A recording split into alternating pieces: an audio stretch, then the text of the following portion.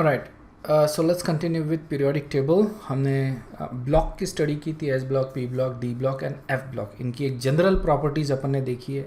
Okay, अब अपन देखते हैं periodicity in properties. This is actually the start of this periodic table. Basically इसमें properties के बारे में अपन बात करेंगे। सो यहाँ पे जब भी रिकरेंस होता है, similar physical as well as chemical properties का रिकरेंस हो रहा है, बार बार अपने को ये प्रॉपर्टीज़ अगर दिख रही है आफ्टर सर्टन इंटरवल, तो इसी प्रॉपर्टी को अपन बोलते हैं पीरियोडिसिटी। ठीक है ना। तो सब पूरा डेफिनेशन ना पढ़ोगे तो recurrence of similar physical and chemical properties of elements after certain regular interval when they are arranged in increasing order of atomic number, it is called as periodicity. Clear है। सो हम लोग atomic number use कर रहे हैं because मोजली ने अपने को यही बताया था basically. Okay, recurrence of physical and chemical properties occurs after 2, 8, 8, 18, 18, 32। ये जो मैजिक नंबर्स है basically, remember this are called as magic numbers, क्योंकि इसके बाद अपने को क्या होता है, we get regular occurrence of periodic table, physical as well as chemical properties. तो why is the periodicity observed? Periodicity क्यों अपने को दिखती है? The reason for that is basically because of the repeating nature of electronic configuration. ठीक है ना। Electronic configuration जो है वो रिपीट हो रहा है। लेफ्ट टू राइट अगर अपन जाते हैं तो एक एक इलेक्ट्रॉन अपन ऐड करते हैं, बराबर। और टॉप टू बॉटम अगर जाते हैं, so basically we get the same electronic configuration, सिर्फ शेल बड़ा होते जा रहा है। Okay, top to bottom shell बड़ा होते जा रहा है, same electronic configuration, left to right एक एक इलेक्ट्रॉन अपन ऐड कर रहे हैं इसमें। तो एक प्रॉपर्टी जो तुमको बार बार दिखेगी वो है शील्डिंग इफेक्ट। इसी को अपन स्क्रीनिंग इफेक्ट भी बोलते हैं, shielding effect as well as screening effect. Very important to actually note that. Okay, ये सबसे इंपॉर्टेंट चीज़ है। और इसी से रिलेटेड एक दूसरा टर्म होता है इफेक्टिव न्यूक्लियर चार्ज। ठीक है, तो ये दो टर्म इंटरकनेक्टेड है basically. Okay, shielding effect as well as effective nuclear charge. तुमको न्यूक्लियर चार्ज ये मालूम होगा, nuclear charge is basically the charge on the nucleus, और ये आता है नंबर ऑफ प्रोटॉन से। तो जितने भी नंबर ऑफ प्रोटॉन है इसके अंदर, उतना इसके ऊपर न्यूक्लियर चार्ज है। ठीक है, इफेक्टिव न्यूक्लियर चार्ज ये होता है related to the electrons.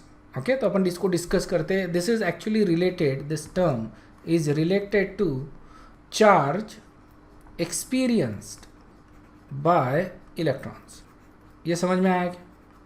Okay, effective nuclear charge is related to charge experience by the electrons. तो इलेक्ट्रॉन्स के ऊपर ऑब्वियसली न्यूक्लियस में तो चार्ज है, लेकिन इलेक्ट्रॉन्स को कितना एक्सपीरियंस हो रहा है उसका, इसको अपन बोलते हैं इफेक्टिव न्यूक्लियर चार्ज।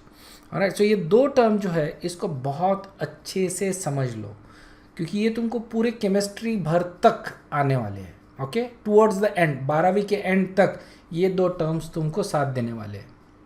सो जो वैलेंस इलेक्ट्रॉन्स होते हैं, okay, valence electrons in a multi electron atom, multi electron atom की बात कर रहे हैं अपन, is attracted towards the nucleus and repelled by the electrons. ठीक है ना। तो यहाँ पे दो तरह के फोर्सेस की बात हो रही है। एक है कि attractive force towards the nucleus, ठीक है ना, attractive force towards the nucleus, और दूसरा हो रहा है रिपेल्ड बाय द इलेक्ट्रॉन्स। ठीक है ना। तो ये जो आउटर मोस्ट इलेक्ट्रॉन है यहाँ पे इस डायग्राम में, ठीक है, there is a nucleus.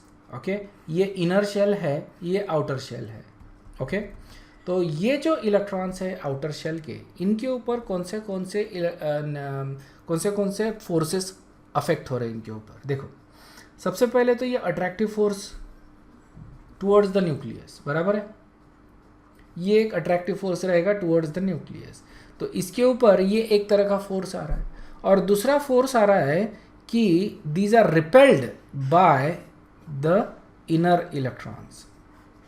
Understood है? They are also repelled by themselves, ध्यान में रखना। लेकिन ये जो रिपल्शन होता है ये कम होता है। ठीक है, तो इसके बारे में अपन बात नहीं कर रहे। ये समझ में आ रहा है क्या? उसी शेल के जो इलेक्ट्रॉन्स है ये एक दूसरे को भी रिपेल करते हैं। ओके, क्योंकि सबके ऊपर इलेक्ट्रॉन्स के ऊपर नेगेटिव चार्जेस है, और negative charges repel each other. But जो एक ही शेल में इलेक्ट्रॉन्स है ये एक दूसरे को ज़्यादा रिपेल नहीं करते। This is negligible, okay, for us essentially. लेकिन ये जो फोर्सेस है मतलब इनर शेल के इलेक्ट्रॉन्स और आउटर शेल के इलेक्ट्रॉन्स ये एक दूसरे को रिपेल कर रहे हैं। ओके, अब इससे क्या होगा ये हमको समझना है। समझ में दो तरह के फोर्सेस है, एक है अट्रैक्टिव फोर्स, एक है रिपल्सिव फोर्स। तो इन फोर्सेस से क्या रिजल्ट होता है, that is what we need to understand. सबसे पहले बताओ ये दो फोर्सेस तुमको समझ में आए क्या, इज दैट क्लियर?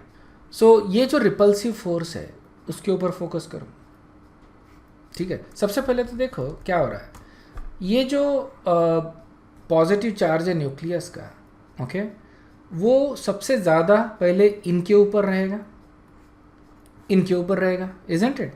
पहले ज़्यादा इनके ऊपर रहेगा और फिर जैसे अपन इधर जाते इनके ऊपर भी रहेगा, लेकिन ये जो अट्रैक्टिव फोर्स है ये वैलेंस इलेक्ट्रॉन्स के ऊपर कम रहेगा। बराबर है कि नहीं? वैलेंस इलेक्ट्रॉन्स के, क्योंकि ये दूर है ना इलेक्ट्रॉन से, न्यूक्लियस से, सॉरी, ये इलेक्ट्रॉन्स न्यूक्लियस से दूर है, तो इनके ऊपर अट्रैक्टिव फोर्स वैसे ही कम रहेगा। जैसे जैसे अपन न्यूक्लियस के नज़दीक जाते अट्रैक्टिव फोर्स बढ़ता है, दूर जाते अट्रैक्टिव फोर्स कम होता है। ये अपन ने बोर थियरी में ही देखा था। ओके, अब जो हम बात कर रहे हैं वो इन इलेक्ट्रॉन्स की, तो अगर ये इलेक्ट्रॉन नहीं होते, पोजीशन भले ही वही होता, तो इनके ऊपर जो चार्ज आता, अट्रैक्टिव फोर्स जो आता न्यूक्लियस का, वो ज़्यादा होता, राइट। लेकिन अभी क्या हो गया, यहाँ पे there are these electrons, okay, ये इलेक्ट्रॉन को मैं क्रॉस से दिखा रहा हूँ। ये इलेक्ट्रॉन्स न्यूक्लियस का attractive force you can say absorb कर रहे हैं, कुछ इनके ऊपर कुछ इफेक्ट हो रहा है न्यूक्लियस के अट्रैक्टिव फोर्स का, और जो बचा हुआ फोर्स है अब, ओके, वो इधर जा रहा है, लेकिन there is also repulsive force. तो जो बचा हुआ जो फोर्स है, तो इसको मैं डॉट से दिखाता हूँ इस तरह से, ओके, ये जो लेफ्ट ओवर जो बचा हुआ फोर्स है, okay, you don't actually have to think in terms of that basically, but जो भी फोर्स रहेगा न्यूक्लियस का ऑन दीज इलेक्ट्रॉन्स, ये कम हो जाएगा क्योंकि देर इज अ रिपल्सिव फोर्स, ये इसको रिपेल कर रहा है ना, ओके, उसके वजह से ये जो फोर्स रहेगा ये वीक हो जाएगा। सो इसेंशियली इनके ऊपर जो अट्रैक्टिव फोर्स है वो सेम नहीं है, वो कम है, ओके, दैट्स बिकॉज ऑफ ये इनर इलेक्ट्रॉन्स बाहर के इलेक्ट्रॉन्स को रिपेल कर रहे हैं, ओके।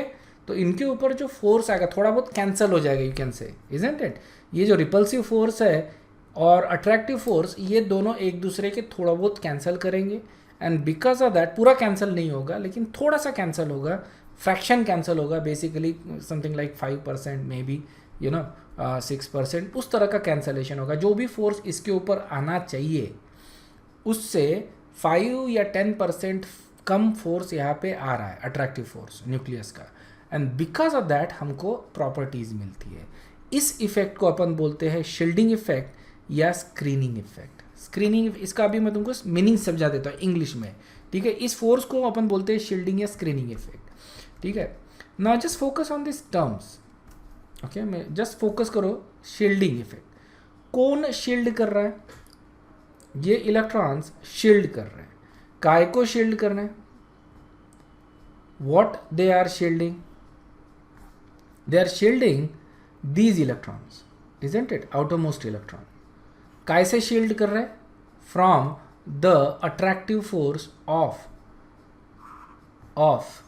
The nucleus. समझ में आ रहा है ना? ऑलराइट, तो ये जो इलेक्ट्रॉन्स है, these electrons are shielding the outer electron from the attractive force of nucleus. इसको मैं टाइप करके लिखता हूँ यहाँ पे, शील्डिंग इफेक्ट। ये तुमको समझ में आ गया? This is the shielding effect basically, slightly lighter shielding effect. और उसी तरह से there is is also called as screening effect. मतलब ये इलेक्ट्रॉन स्क्रीन हो रहे, जैसे स्क्रीनिंग होता है ना, जैसे किसी जॉब के लिए तुम स्क्रीनिंग करते हो, बराबर है? कहीं जॉब के लिए जा रहे हो तो क्या करते हैं? सिलेक्शन होता है ना, सभी को थोड़ी लेते हैं, टेस्ट लेंगे, इंटरव्यू लेंगे, उस हिसाब से फिर जो भी फिट कैंडिडेट्स होते हैं उनको सिलेक्ट किया जाता है, ओके। इसको अपन बोलते हैं screening process, okay, screening process. तो इसेंशियली यहाँ पे ये इलेक्ट्रॉन स्क्रीन हो रहे हैं। कौन कर रहा है स्क्रीन? ये वाले इलेक्ट्रॉन, ठीक है, इनर इलेक्ट्रॉन स्क्रीन कर रहे हैं आउटर इलेक्ट्रॉन को, इसलिए इसको क्या बोल रहे हैं अपन, screening effect and shielding effect. Clear है क्या? So that is how we look at the shielding effect. ठीक है ना, इसके प्रॉपर्टीज़ क्या रहेंगे वो समझ लो शील्डिंग इफेक्ट के वजह से। ठीक है, तो थोड़ा सा देखते हैं पहले तो। ओके, एक मैं तुमको एक जनरल आइडिया दे देता हूँ पहले तो, and then we can discuss further about screening and shielding effect. एक जनरल आइडिया दे रहा हूँ।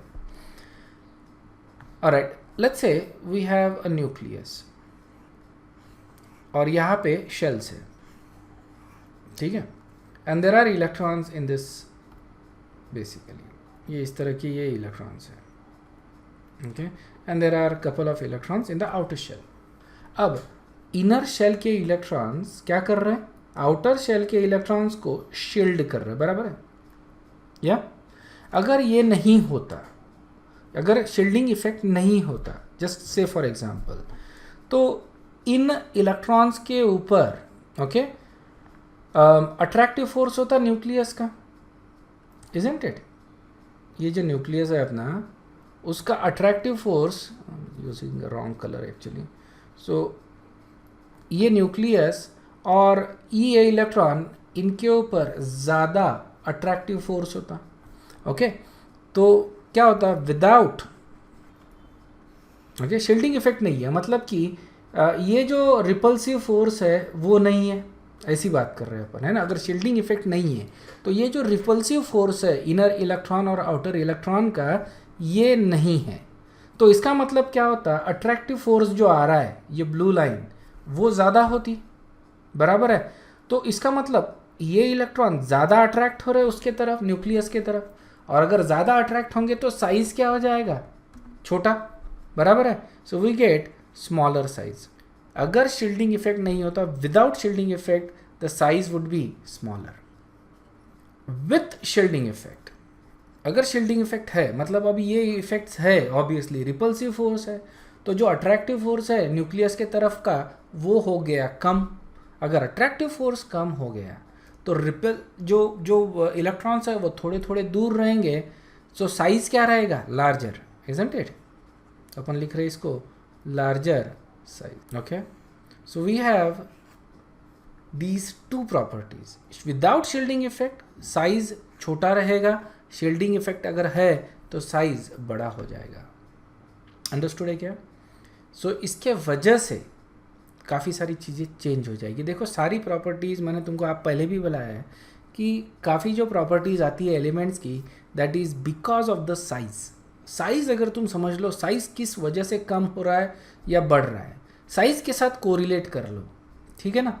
तो तुमको पता चलेगा कि size is the central factor. इसी से अपन सारी प्रॉपर्टीज़ को कोरिलेट कर सकते हैं। ठीक है, तुमको ये समझना चाहिए कि साइज़ कम होने के लिए या बढ़ने के लिए कौन से फैक्टर्स रिस्पॉन्सिबल है। ये अगर समझ में आ गया ना, तुमको कभी प्रॉब्लम नहीं जाएगा। So relate everything to the size, और ये मैं आगे भी बताऊंगा जब अपन आगे वाले चैप्टर्स में जाएंगे। So you can put your money on that कि अगर साइज़ कम है तो ये इफेक्ट मिल रहा है, साइज़ ज़्यादा है तो ये इफेक्ट मिल रहा है। It is absolutely true. ये समझ में आ गया क्या? समझ में आना होपफुली। अगर कोई डाउट है तो please let me know about this. Okay, अगर स्क्रीनिंग इफेक्ट है तो साइज, स्क्रीनिंग इफेक्ट की वजह से साइज छोटा हो रहा है एटम का। Okay, so for any given principal quantum number n, अगर मैं देखता हूँ तो पेनिट्रेटिंग पावर के बारे में अपन ने पहले ही बात किया एटॉमिक स्ट्रक्चर में। पेनिट्रेटिंग पावर क्या होता है, s का ज़्यादा होता है, फिर p का, फिर d का और फिर f का, ठीक है ना? पेनिट्रेटिंग पावर इस तरह से इंक्रीज होता है, ओके, या डिक्रीज होता है, यू कैन से। सबसे कम रहेगा f का, सबसे ज़्यादा रहेगा s का, क्योंकि s क्या है, स्फेरिकल है, isn't it? s orbital is actually spherical. और जैसे जैसे अपन दूर जाते हैं बेसिकली, मतलब s p d f, okay, हमको ये दिखता है कि जो f ऑर्बिटल है that is becoming less and less spherical.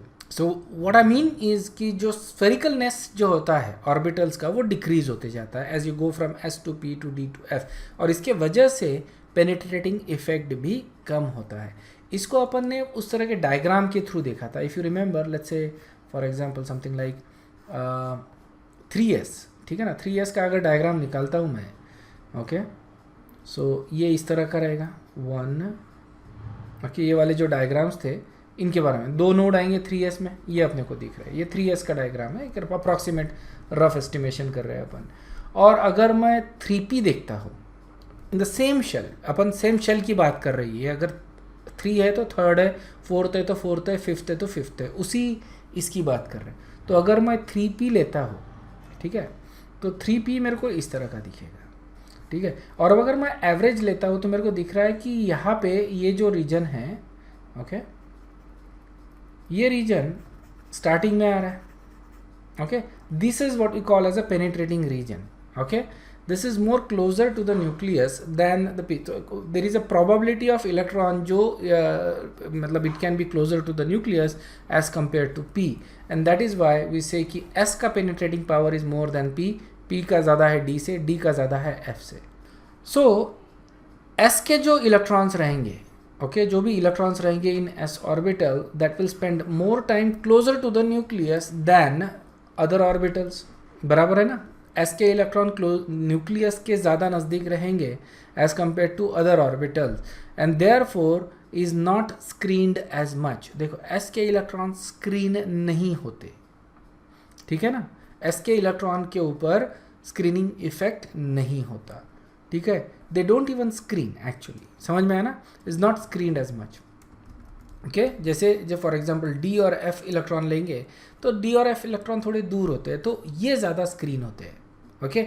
इनके ऊपर जो न्यूक्लियर चार्ज है वो उस तरह से नहीं होता, जैसा जैसे इमेजिन कर लो कि एस ऑर्बिटल कैसे स्फेरिकल है, तो इनके ऊपर doesn't matter where they are, जो भी इनके ऊपर चार्ज होता है that is usually what is calculated, okay, थोड़ा बहुत कम होता है obviously, but usually what is calculated, okay, उतना ही चार्ज इनके ऊपर होता है। लेकिन डी और एफ ये जब देखते हैं अपन, तो एक्चुअल चार्ज ये कैलकुलेटेड चार्ज से कम आता है, ओके, मतलब इनके ऊपर जो चार्ज आ रहा है, the reason for that is ये ज़्यादा स्क्रीन हो रहे हैं डी और एफ के, okay. So that is basically the thing, therefore S orbital is more stable then P orbital, समझ में ना। तो इलेक्ट्रॉन अगर एस ऑर्बिटल में है तो ये ज़्यादा स्टेबल होते हैं, ये भी अपन ने इसके पहले डिस्कस किया है। तो यहाँ पे because of the screening effect, जो इफेक्टिव न्यूक्लियर चार्ज है, effective nuclear charge, let's talk about that. मान लो कि यहाँ पे पॉजिटिव चार्जेस है, ठीक है ना, there are some positive charges in the nucleus. अब ये जो चार्ज है ये इन इलेक्ट्रॉन्स के ऊपर आ रहा है, इलेक्ट्रॉन्स के ऊपर आ रहा है, लेकिन जो चार्ज इसके ऊपर आना चाहिए था वो क्या हो गया, कम हो गया, इजंट इट।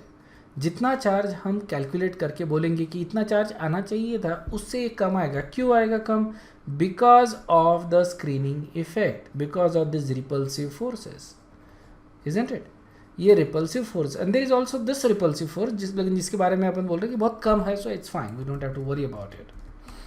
तो ये जो रिपल्सिव फोर्सेस है, ये रिपल्सिव फोर्सेस इस अट्रैक्टिव न्यूक्लियर चार्ज को कम कर रहे हैं। Understood again? ओके, ये जो चार्ज है वो कैसा डिफ्यूज्ड हो गया, चार्ज वीक हो गया, attractive force, and because of that attractive force कम हो गया, तो न्यूक्लियर का चार्ज कम हो गया। इसी को अपन बोलते हैं इफेक्टिव न्यूक्लियर चार्ज। इस केस में ये इफेक्टिव न्यूक्लियर चार्ज क्या हो गया, कम हो गया। न्यूक्लियर चार्ज हम Z से दिखाते हैं, ओके, और Z इफेक्टिव ये हो गया इफेक्टिव न्यूक्लियर चार्ज। ये दोनों में से कौन बड़ा है बताओ? ये एक्चुअल चार्ज है और ये इफेक्टिव चार्ज है, बताओ। तो इस केस में, इस केस के एग्जांपल में बात कर रहा है, this is not always going to be true, लेकिन इस केस में कौन बड़ा है, Z इफेक्टिव बड़ा है या Z बड़ा है? Z बड़ा रहेगा, Z इफेक्टिव कम रहेगा, क्योंकि इफेक्टिव न्यूक्लियर चार्ज कम हो गया because of the screening effect. ठीक है, अब कितने से कम हुआ वो भी अपन बता सकते हैं, उसको अपन कैलकुलेट कर सकते हैं। ऑलराइट, तो Z effective is equal to Z minus S। ठीक है, S होता है स्क्रीनिंग कांस्टेंट, ठीक है, इट इज़ अ स्क्रीनिंग और शील्डिंग कांस्टेंट। ये basically it depends upon the number of electrons और कौन से शेल की बात हो रही है। ये डिपेंड करता है n के ऊपर, n की वैल्यू के ऊपर, and also number of electrons. Clear है? तो दोनों चीज़ों के ऊपर ये डिपेंड करता है। So we don't have to worry about S। ठीक है ना, ये निकालना हमारे लिए सिर्फ ये इंपॉर्टेंट है कि Z इफेक्टिव जो है that is less than Z, nuclear charge से effective nuclear charge on those electrons, उसी इलेक्ट्रॉन की बात कर रहे हैं अपन, ये कम होता है, ओके। और इसी के वजह से अब इसका साइज क्या हो जाएगा, बढ़ जाएगा, एटम का जितना होना चाहिए था उससे बड़ा रहेगा, एंड बिकॉज ऑफ दैट इसकी प्रॉपर्टीज़ जो एक्सपेक्टेड है उससे थोड़ी सी वेरी करेगी, ऑलराइट। तो ये प्रॉपर्टी हमको समझने में फिर आसानी होती है। Let's take a review question, okay. Question है highest screening is seen for an electron in which of the following, कौन से इलेक्ट्रॉन्स में सबसे ज़्यादा स्क्रीनिंग होती है, ओके। इसका जो करेक्ट आंसर है that is F, F has the largest screening effect, ठीक है ना। Highest screening is seen in electrons जब वो एफ में होते हैं, और देखो एफ में क्यों रह गए, क्योंकि इसके पहले एस भी आ रहा है, पी भी आ रहा है, डी भी आ रहा है, तो ये सारे इलेक्ट्रॉन्स इसको स्क्रीन करेंगे। दूसरा, एफ के जो इलेक्ट्रॉन्स होते हैं दे आर मोर डिफ्यूज्ड, तो ये बड़े आसानी से स्क्रीन हो जाते हैं इसेंशियली। सो सबसे ज़्यादा स्क्रीनिंग अपने को एफ में मिलेगा, ओके। अब देखते हैं एटॉमिक रेडियस, ठीक है, और यहाँ पे अभी अपने को स्क्रीनिंग इफेक्ट का रिजल्ट दिखेगा। सो जो एटॉमिक रेडियस है is basically a distance between the centre of the nucleus and the outermost shell. So अगर मान लो दो एटम है, okay, and they are connected somehow, if these atoms are connected, connect कर दो इनको, तो जो डिस्टेंस रहेगा दोनों के न्यूक्लियस के बीच का उसको अपन बोल रहे हैं atomic radius. So this is going to be R and this is going to be R, ठीक है ना। So that is the radius. So distance between the centre of the nucleus and the outermost shell, alright. Directly निकालना बड़ा मुश्किल होता है, इस तरह से अपने को निकालना पड़ता है एटॉमिक रेडियस को, ठीक है ना, क्योंकि ऑब्वियसली सिंगल एटम तो ले ही नहीं सकते ना अपन। Can we take a single atom, बताओ मेरे को, it's not possible, we can not actually see it. So single atom is just not possible, तो किसी ना किसी कंपाउंड स्टेट में ही लेना पड़ेगा अपने को। सो जो दो डिस्टेंस होते हैं, दो न्यूक्लियस के बीच का डिस्टेंस होता है अपने को, वो कैलकुलेट करना पड़ता है। This is not a bond, ठीक है ना, we are not talking about a bond, remember that it is just a distance between two nucleuses divided by 2, okay. So D divided by 2 is equal to R. इस तरह से अपन radius निकालते हैं, इसी को अपन एटॉमिक रेडियस बोलेंगे। और फिर इसको डिफाइन करते समय बोलेंगे distance between the centre of the nucleus and the outermost shell, मतलब कि ये वाला डिस्टेंस हो गया, okay. So that is the distance, okay, उसको अपन आर बोल रहे हैं basically, but it's essentially when you calculate it has to be between two different atoms. लेकिन is it even possible to actually calculate atomic radius? Just think about it. Radius बोल रहे हैं मतलब क्या बोल रहे हैं, बोर बोल रहे हैं, और बोर तो गलत था, बोर की थियरी यूज़ कर रहे हैं ना रेडियस के लिए, एंड बोर वॉज इनकरेक्ट।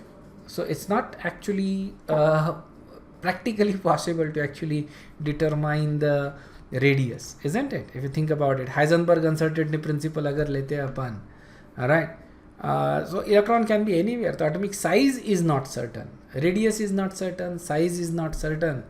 तो obviously ये pretty much well defined boundary वाला जो concept है वो अपने को नहीं लेना पड़ता, okay?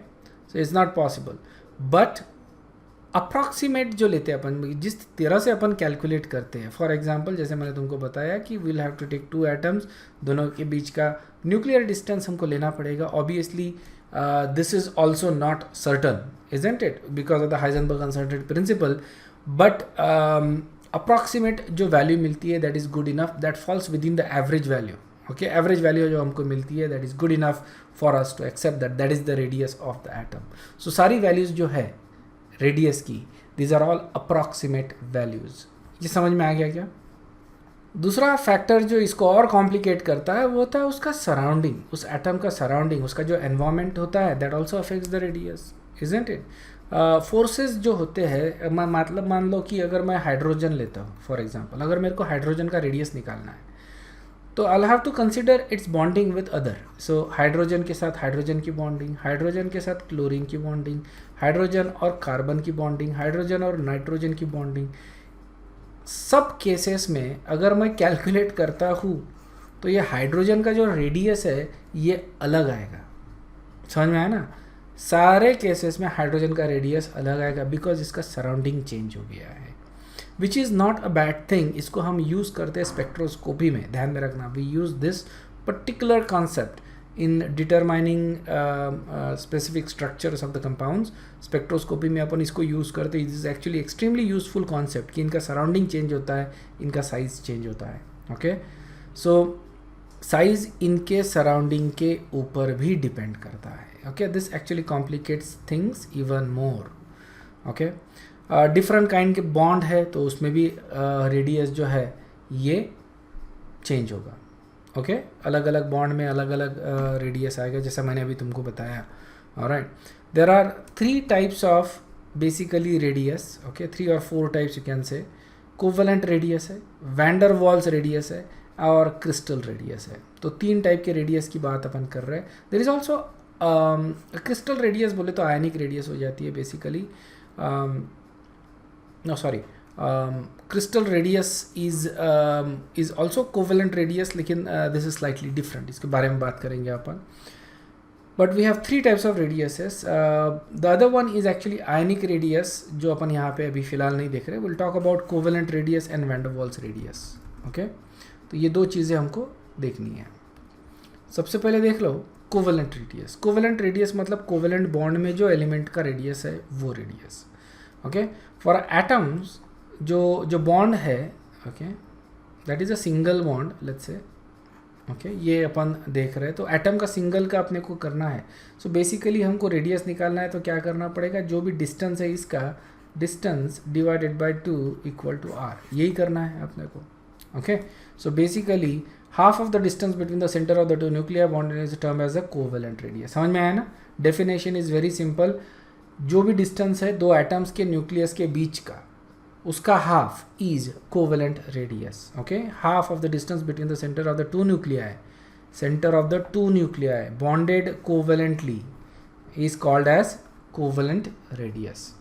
ओके, कोवेलेंट बॉन्ड होना चाहिए basically, it should not be ionic bond. Alright, तो उससे अपने को रेडियस मिल जाता है। ओके, अगर डिसिमिलर एटम्स हैं, ओके, तो हम लोग जो रेडियस लेते हैं that is the mean distance between the shared pair of electron. Okay, जो शेयर्ड पेयर ऑफ इलेक्ट्रॉन रहेंगे उनका मीन डिस्टेंस लेते हैं।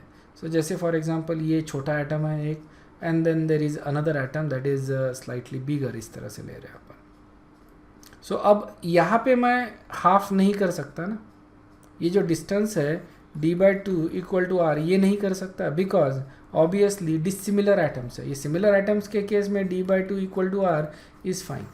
Okay, that is acceptable. यहाँ पे नहीं कर सकता। तो जैसे मान लो कि दिस इज एक्चुअली क्लोरीन और this is some other atom, let's take hydrogen itself. ठीक है ना, हाइड्रोजन ले रहे हैं। So what I will do is actually I will calculate the radius of the chlorine from here, and then approximately I will calculate the average or the mean distance. Okay, तो ये जो distance है वो, क्योंकि actually यहाँ से अपने को रेडियस पता चल गया, I got this radius. Okay, और फिर उसका और then I can take the mean of various different values. तो इस तरह से मैं एक अप्रॉक्सीमेट रेडियस निकाल सकता हूँ हाइड्रोजन का। क्लियर है क्या? अंडरस्टूड? एग्जैक्टली कैसा निकालते हैं that is beyond the scope, but that is something we can use. यहाँ से r की वैल्यू यहाँ पे रख दिए, so we know the radius of that. अब मेरे को हाइड्रोजन का रेडियस पता चल गया, तो बाकी एलिमेंट्स का भी रेडियस मैं इसी तरह से निकाल सकता। And what I get is कि जब सिमिलर एटम्स होते हैं, जैसे हाइड्रोजन का रेडियस इन हाइड्रोजन इसमें कितना आ रहा है, जब क्लोरीन के साथ है तब कितना आ रहा है, जब फ्लोरीन के साथ है तब कितना आ रहा है। तो इस तरह से जब मैं रेडियस अलग अलग एनवायरनमेंट में उसका कैलकुलेट करता हूँ तो I get more idea, more information about the property of that element. उस तरह के कंपाउंड्स की प्रॉपर्टीज़ के बारे में मेरे को ज़्यादा इन्फॉर्मेशन मिलती है। Okay, so that's how we calculate.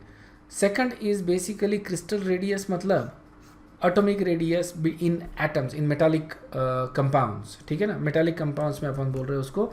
सो जो एटम्स रहे, जैसे सोडियम है, ओके, या पोटेशियम है, सो यहाँ पे भी अपन वही करें, but these are only atoms. ठीक है ना, सो यहाँ पे मेटालिक रेडियस आ रही है।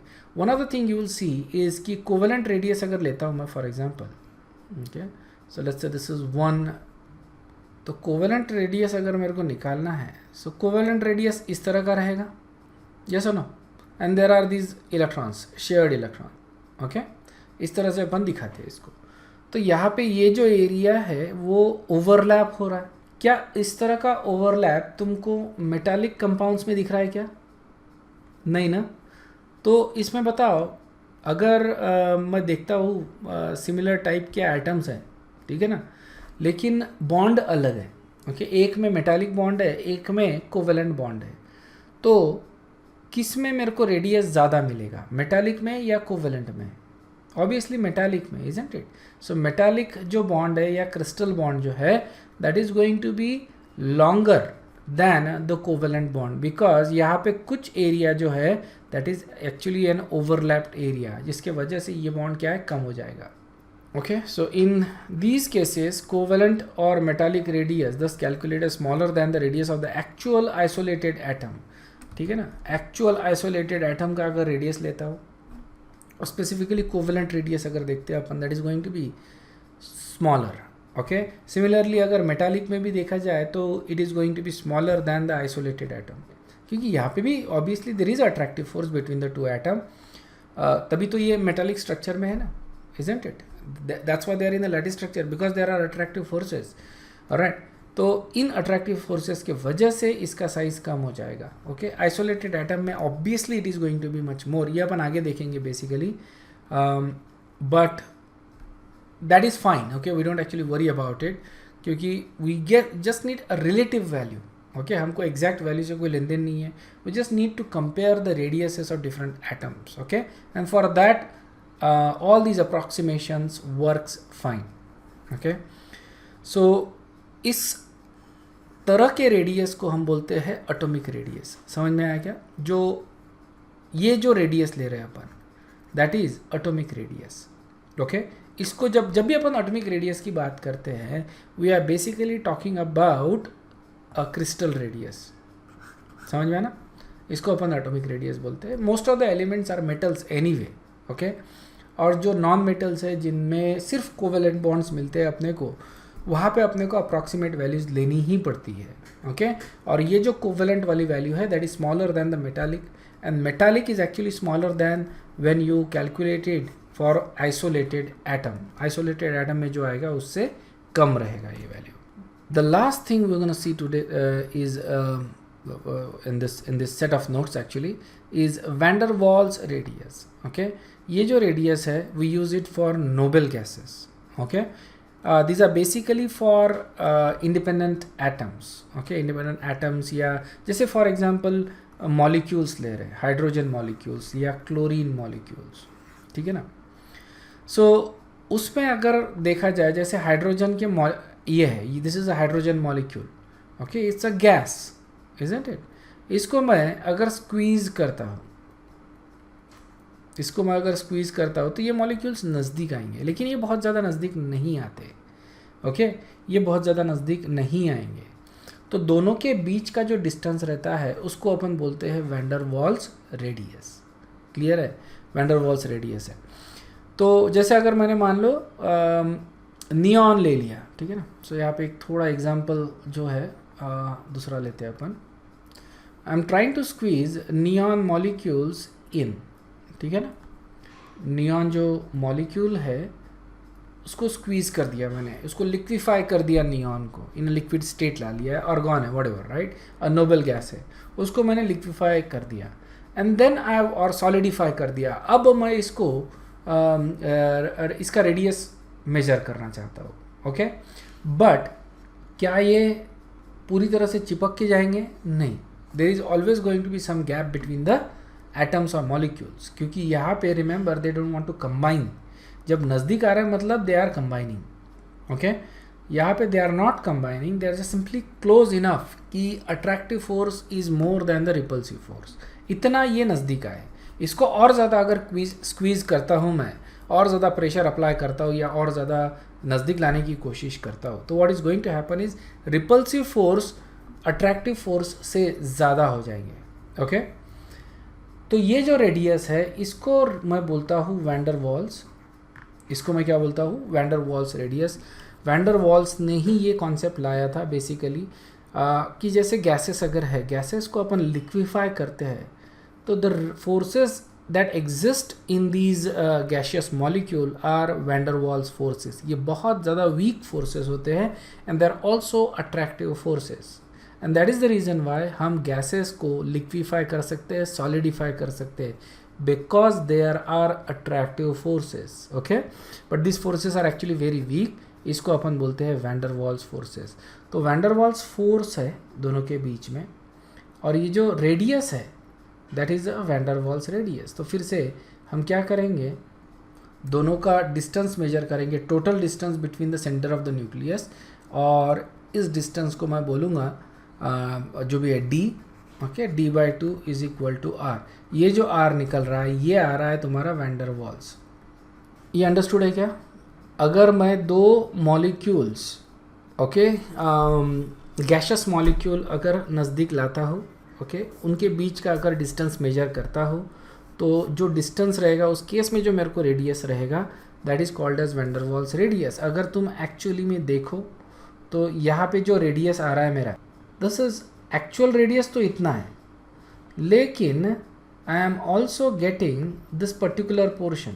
तो एक्चुअल रेडियस से इतना ही है एक्चुअल रेडियस तो, but I am also getting this particular portion extra. तो van der Waals radius is much larger than the actual atomic radius, है ना. van der Waals radius actual atomic radius से ज़्यादा रहेगा. और अगर मैं क्रिस्टल रेडियस देखता हूँ, मेटालिक रेडियस या फिर कोवेलेंट रेडियस, वो एक्चुअल रेडियस से कैसा है, ज़्यादा है कि कम है? उस केस में ये कम रहता है, बराबर है ना.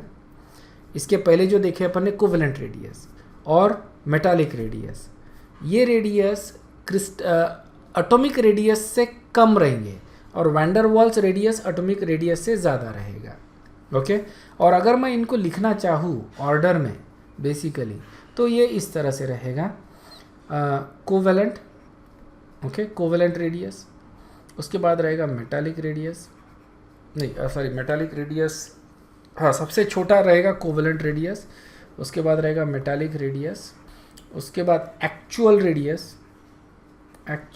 रेडियस ऑफ इंडिपेंडेंट एटम, या इंडिपेंडेंट एटम, और then we have van der Waals radius.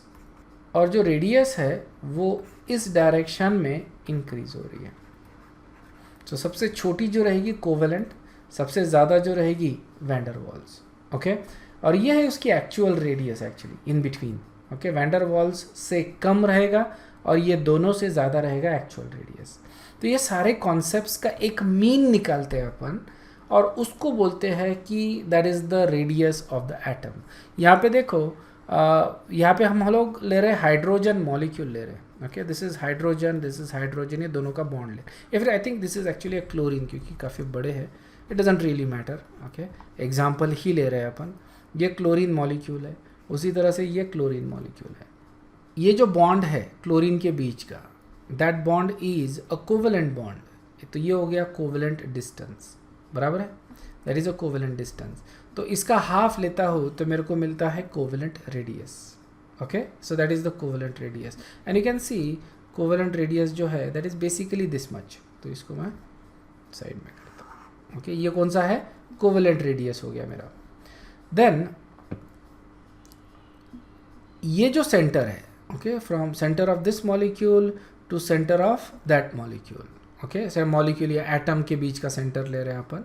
Technically basically you should take like the centre of the molecule, but यहाँ पे देखो अलाइनमेंट इनका अलग है, so will just taking that. ये हो गया van der Waals distance between the molecules. Okay, इतने डिस्टेंस से ये मॉलिक्यूल्स सेपरेटेड है. ओके, सो van der Waals डायामीटर या रेडियस बोल रहे हैं, और उसका half is van der Waals radius. Okay, और ये अगर लेता हूँ मैं, you can C van der Waals radius ये ज़्यादा आता है, कोवेलेंट रेडियस ये कम आता है. ओके, अगर ठीक से कैलकुलेट करते अपन जैसे स्ट्रेट रख के, तो obviously this would have been much larger. अगर स्ट्रेट रखते तो अपन, isn't it, this would have been much larger, but I think that is average. Again you can see molecules they are not going to be perfectly aligned in all cases. ठीक है ना, थोड़ा बहुत इसमें ये रहता है. So what you get is an average value. So average अगर देखा जाए तो van der Waals radius is larger than the covalent radius. Understood है क्या? Okay, this is for the same atom की बात कर रहे हैं. ओके और जो मॉलिक्यूल्स कोवेलेंट कंपाउंड बनाते ही नहीं है, जैसे हीलियम, नियॉन, आर्गॉन, ये तो कोवेलेंट बनाते ही नहीं है ना, ये सिर्फ वैंडर वॉल्स बताते हैं बेसिकली, इसका ना इनका वैंडर वॉल्स रेडियस ही मालूम है अपने को, तो इनकी रेडियस तो बहुत ज़्यादा रहेगी as compare to other elements. So this is the table of periodic table according to sizes. ठीक है, and I think it's absolutely clear from the table itself कि क्या हो रहा है यहाँ पे. I don't think it needs any explanation when it comes to sizes. okay, कौन से ग्रुप का साइज बड़ा है इसमें, ग्रुप वाइज बताओ मेरे को. अगर ग्रुप वाइज देखा जाए तो ग्रुप 1 का साइज बड़ा होता है, and as you go from left to right you can see the sizes actually decreases. look at the sizes of these ones. okay, these are actually smallest in the period, isn't it? halogens के size period में सबसे छोटा होता है और alkali metals का size सबसे बड़ा होता है. Look at the caesium. Okay, almost like a billiard ball दिख रहा है इसमें, but obviously that is not the case. These are very small items, but as you go down the group the sizes actually increases, and we know why the sizes actually increases. इसको और detail में अपन पढ़ने ही वाले हैं आगे, so don't worry about it. So as you go from left to right size decreases. ये जो radius है, इनका जो रेडियस होता है, these are all van der Waals radius. Okay, तो ये वैंडर वॉल्स रेडियस है. Technically they should be smaller, isn't it, लेकिन यहाँ पे साइज देखो बढ़ रहा है. The reason for that is ये अपन यहाँ पे जो रेडियस मेजर कर रहे हैं that is a wander Waals radius. Okay, और यहाँ पे जो रेडियस मेजर कर रहे हैं that is a covalent radius, and that's why wander Waals radius अपने को ज़्यादा दिखेगा. एंड साइज इनका वैसे भी देखा गया है कि they are larger than expected. The reason for that is इनका octet complete है, that gives them more stability and they can expand a little bit. तो थोड़ा सा ज़्यादा इनमें balloon up होने की tendency होती है. Okay, and as you go down the group, the sizes you can see decreases. Okay, so this is basically a true trend. Okay, अपन इसको और ज़्यादा डिटेल में पढ़ने ही वाले हैं आगे.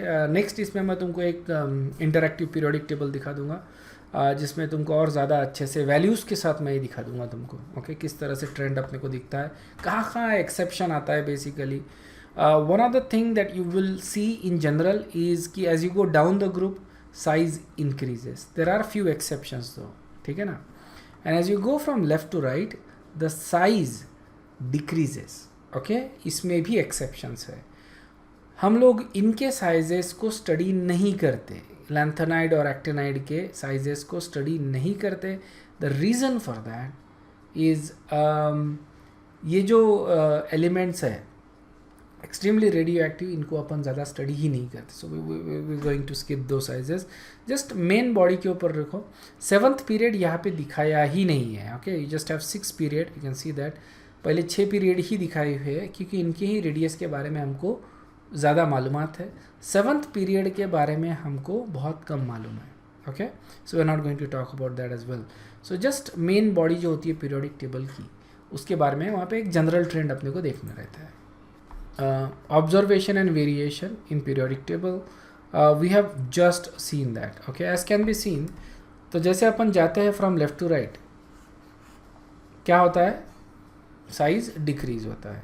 ओके, इसके पीछे रीज़न ये आ रहा है बेसिकली क्योंकि we are adding proton to the nucleus. जब प्रोटॉन ऐड करते हैं ओके न्यूक्लियस में, we are also adding electron, isn't it. 2 चीज़ें कर रहे हैं अपन, एक तो प्रोटॉन ऐड कर रहे हैं, दूसरी चीज़ क्या कर रहे हैं, इलेक्ट्रॉन ऐड कर रहे हैं. ये दोनों चीज़ें ऐड कर रहे हैं.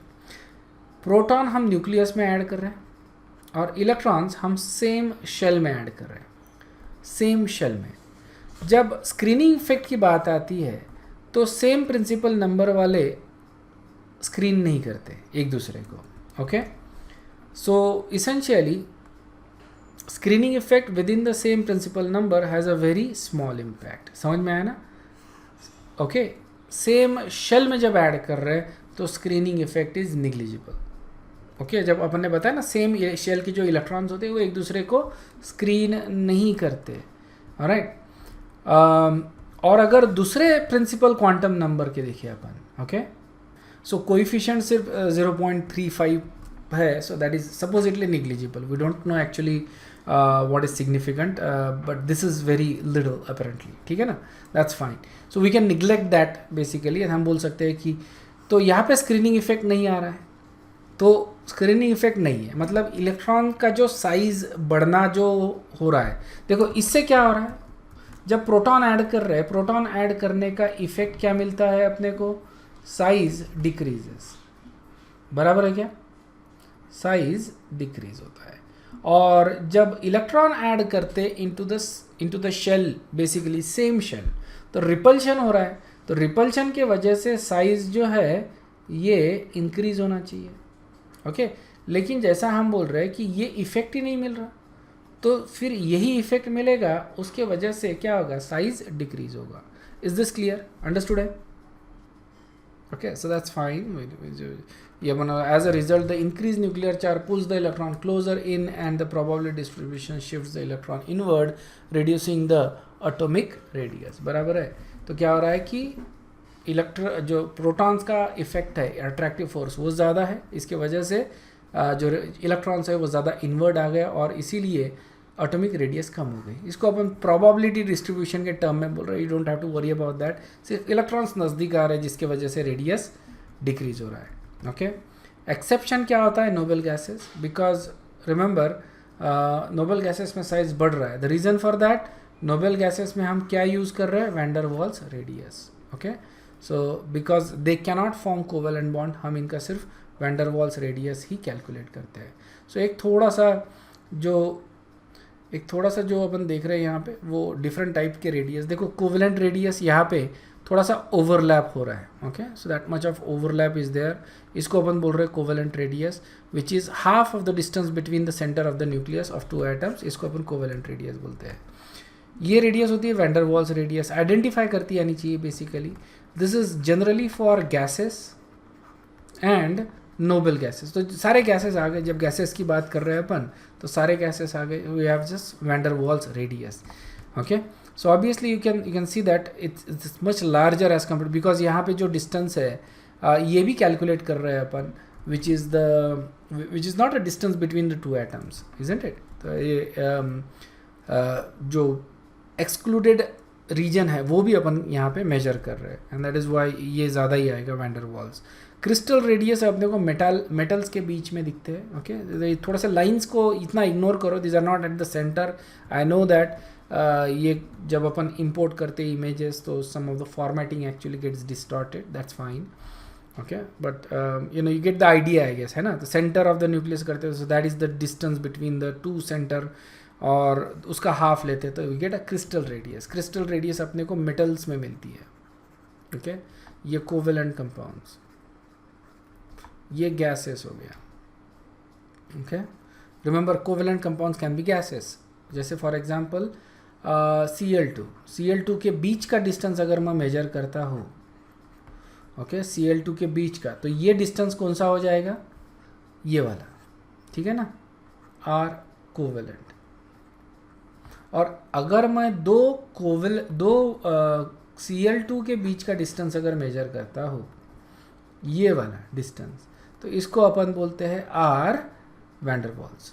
ओके ये डिफरेंस तुम समझ लो कि कोवेलेंट बॉन्ड मेजर कर रहे हैं, उसका हाफ ले रहे, that is a covalent radius. और अगर दो मॉलिक्यूल्स के बीच का या दो पार्टिकल्स के बीच का अगर डिस्टेंस मेजर करते हैं, उसका हाफ लेते हैं, what we get is a van der Waals radius. Okay और उसी तरह से आयनिक रेडियस भी होता है. आयनिक रेडियस अपन इस तरह से कैलकुलेट करते. तो सबसे पहले देखो यहाँ पे ये अनायन है, ये नेगेटिव आयन है, ये पॉजिटिव आयन है, ये नेगेटिव और ये पॉजिटिव. ओके सो यहाँ पे अपन बेसिकली किसी एक का मालूम रहना ज़रूरी है अपने को, otherwise we just simply cannot नॉट कैलकुलेट. तो ये सेंटर टू ये सेंटर तक अपन मेजर कर सकते हैं. ऑलराइट सो ये पूरा distance is basically radius of cation plus radius of अनायन. तो किसी एक का डिस्टेंस मेरे को इनडायरेक्टली कैलकुलेट करना पड़ेगा और उसके बाद में दूसरे का डिस्टेंस निकाल सकता हूँ. अंडरस्टूड है. तो एक का डिस्टेंस अपन किसी और इनडायरेक्ट तरीके से मेजर करते हैं. जैसे कैटायन का डिस्टेंस मेजर कर लिया, मेरे को ये दो का इंटर न्यूक्लियर डिस्टेंस ऑलरेडी मालूम है. अब मैं इसका जो डिस्टेंस है वो निकाल सकता हूँ. ठीक है इसके ऊपर तुमको प्रॉब्लम्स या न्यूमेरिकल्स नहीं आएंगे। ओके, ये सिर्फ थ्योरेटिकल कॉन्सेप्ट है कि डिस्टेंस कैसे मेजर करते, ये तुमको मालूम रहना चाहिए। Understood? If there is a question please ask, if not then you guys can leave. Thank you very much. I'll see you in the next class. Okay.